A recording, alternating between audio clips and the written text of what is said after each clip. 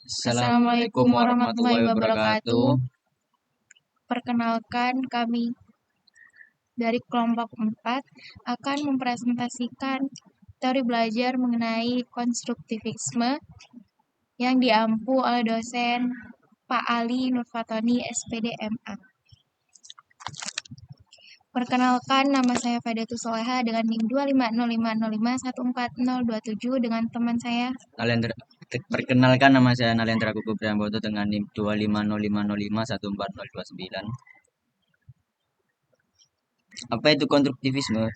Konstruktivisme adalah teori belajar yang menekankan pada proses konstruksi pengetahuan oleh individu. Teori ini berbeda dengan teori belajar yang menekankan pada proses penyerapan pengetahuan. Konstruktivisme ini, siswa aktif dalam membangun pengetahuan mereka sendiri melalui pengalaman dan interaksi dengan sosial. Singkatnya, konstruktivisme adalah teori psikologi yang menjelaskan bagaimana seorang belajar.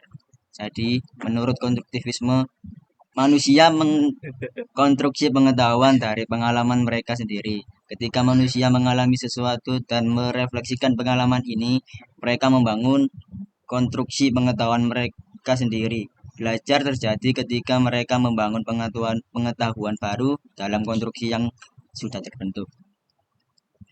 Pendekatan konstruktivisme.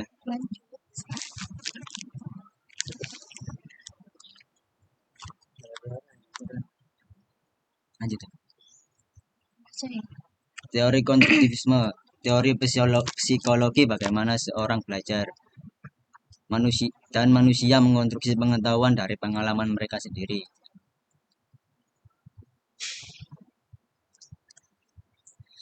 Selanjutnya, bagaimana sih peran guru dalam konstruktivisme?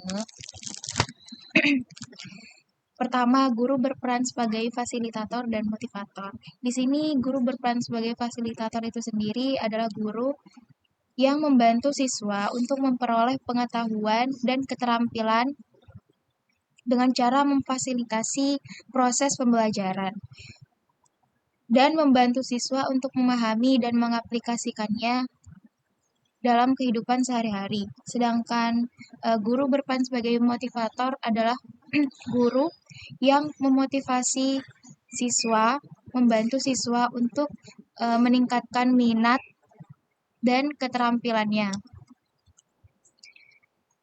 Selanjutnya yaitu ada guru membantu siswa membangun pengetahuan dan makna melalui pengalaman dan interaksi. Di sini guru membantu siswa membangun pengetahuan dan makna melalui pengalaman diperuntukkan agar siswa bisa meningkatkan keterampilan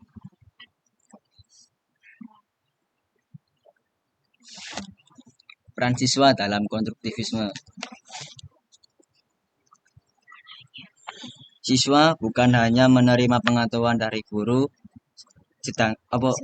siswa aktif dalam proses belajar dan membangun pengetahuan melalui pengalaman dan interaksi.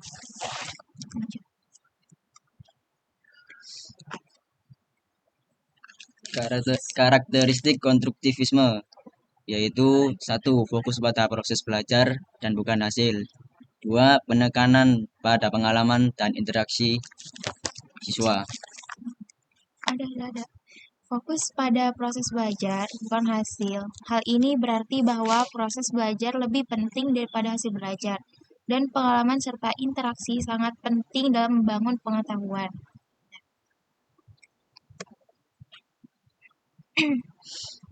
Jenis konstruktivisme.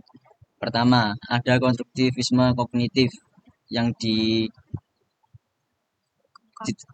diteliti oleh Jean Piaget. Kedua, ada konstruktivisme sosial yang diteliti oleh Lev Vygotsky.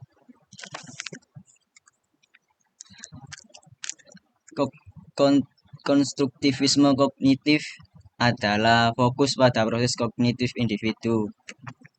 Konstruktivisme kognitif disampaikan oleh psikolog asal Swiss bernama Jean Piaget. Menurut Piaget, perkembangan kognitif adalah proses yang lebih individual yang dicapai melalui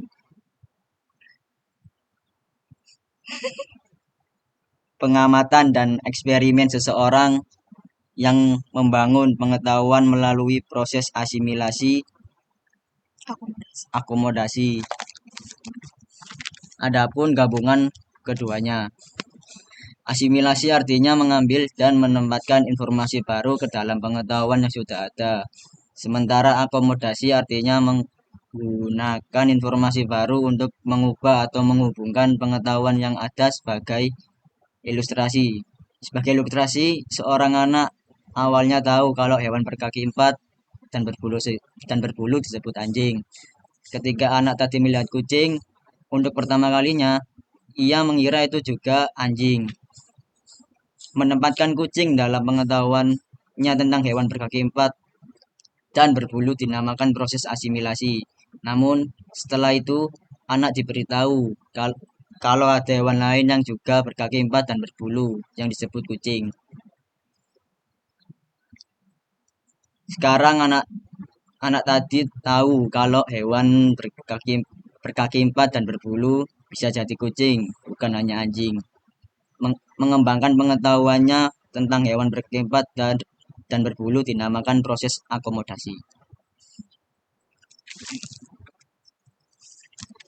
Adapun konstruktivisme sosial yang disampaikan oleh Lev Vygotsky oleh psikolog asal Rusia, menurut teori ini perkembangan kognitif adalah proses sosial yang dicapai melalui interaksi sosial atau kolaborasi.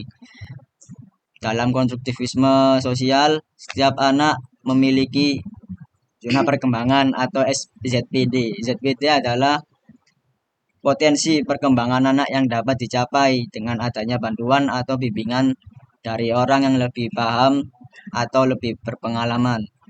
Orang yang lebih berpengalaman misalnya orang tua, guru, pelatih, atau tutor sebaya.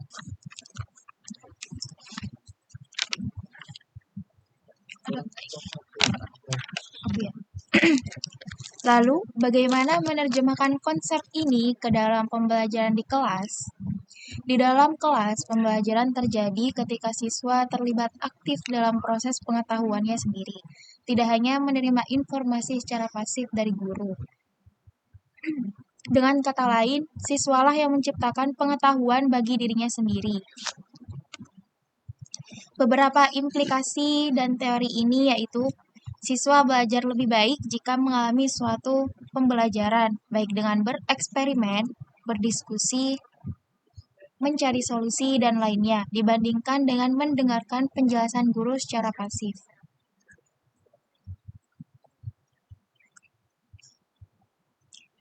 Ketika dituangkan ke dalam praktek yang konkret, pembelajaran konstruktivisme harus memiliki komponen-komponen berikut.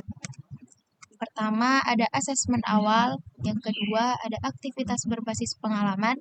Yang ketiga, variasi media belajar. Yang keempat, variasi teknik dan instrumen asesmen. Dan yang terakhir, refleksi pembelajaran. Asesmen awal, pengetahuan baru tercipta dari akomodasi pengetahuan yang sudah terbentuk di benak masing-masing siswa. Maka, guru perlu mendapatkan gambaran mengenai pengetahuan awal siswa sebelum memulai kelas. Selanjutnya ada aktivitas atau tugas yang berbasis pengalaman. Beberapa model pembelajaran yang sesuai diantaranya adalah bereksperimen, diskusi, dan debat, problem-based learning, dan project-based learning. Variasi media ajar, terutama sumber materi primer dan sumber materi manipulatif. Sumber materi primer yaitu materi yang disusun oleh pihak yang mengalaminya atau pihak yang berkaitan langsung dengan suatu topik. Contohnya seperti artikel, wawancara, studi kasus, dan biografi. Selanjutnya ada sumber materi manipulatif adalah benda atau alat yang memungkinkan siswa untuk mengeksplorasi suatu ide secara aktif. Contohnya seperti koin, blok, puzzle, penggaris, dan model sistem. Yang keempat ada variasi teknik dan instrumen asesmen. Siswa tidak seharusnya menghafal dan mengulang semua materi belajar dalam satu semester atau 1 tahun sebelum ujian terakhir. Sebaliknya, Asesmen dapat berupa esai, karya proyek, laporan riset, presentasi, portofolio yang mencakup satu lingkup materi pembelajaran. Dan yang terakhir ada refleksi pembelajaran. Siswa perlu merefleksikan apa yang telah mereka pelajari dan bagaimana pengetahuan awal mereka telah berubah dengan adanya informasi baru. Aktivitas ini akan membantu siswa membangun konstruksi pengetahuannya sendiri.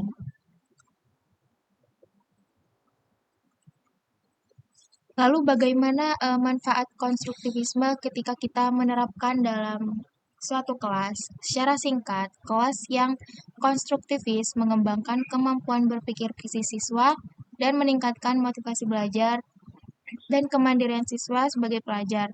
Siswa juga akan membiasakan diri menjadi pembelajar seumur hidup yang terus mencari ilmu bahkan setelah lulus sekolah. Berikut adalah contoh dari penerapan teori belajar konstruktivisme di dalam suatu kelas. Suatu hari di dalam kelas 07 lantai 02 nomor 07A. Nalen, kalau dua saklar ini aku nyalain bareng, kira-kira lampunya nyala gak ya? Kayaknya sih nyala ya Dea, tapi tergantung rangkaiannya. Ini pakai gerbang logika apa dulu? Gerbang logika, maksudnya kayak N, or gitu?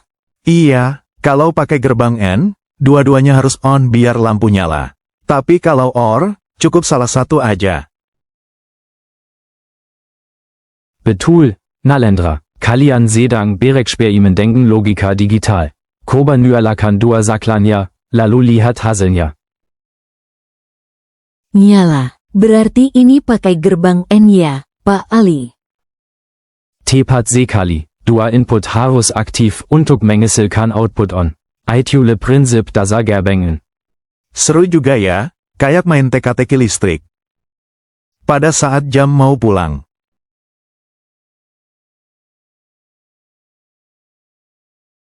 Hari ini kalian sudah aktif, pertahankan keaktifan ITU. Kalian semua pandai, tambah giat belajar ya.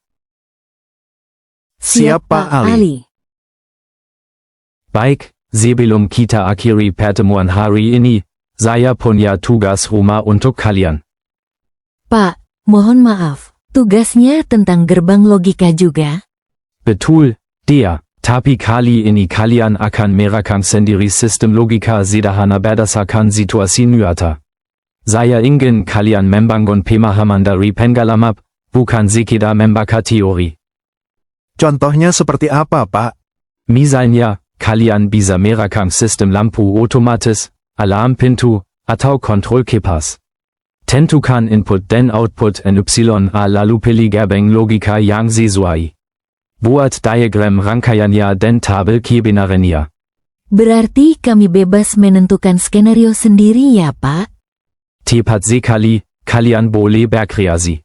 Yang penting, kalian bisa menjelaskan kenapa memilih gerbang ITU dan bagaimana sistem ITU bekerja. Di akhir tugas, tuliskan apa yang kalian pelajari dari proses ini. Apa yang sulit, apa yang menarik, dan bagaimana kalian menyelesaikannya. Siap Pak, jadi kami belajar sambil merancang, bukan cuma menghafal. Betul, kumpulkan tugasnya hari Rabu, boleh dalam bentuk gambar tangan, digital, atau presentasi mini. Saya tunggu hasil kreativitas kalian. Pertemuan hari ini saya akhiri, tetap semangat belajarnya. Terima kasih. Siap Pak Ali. Wassalamualaikum warahmatullahi wabarakatuh. Waalaikumsalam warahmatullahi wabarakatuh. Sekian presentasi dari kelompok kami. Kurang lebihnya mohon maaf. Wassalamualaikum warahmatullahi wabarakatuh.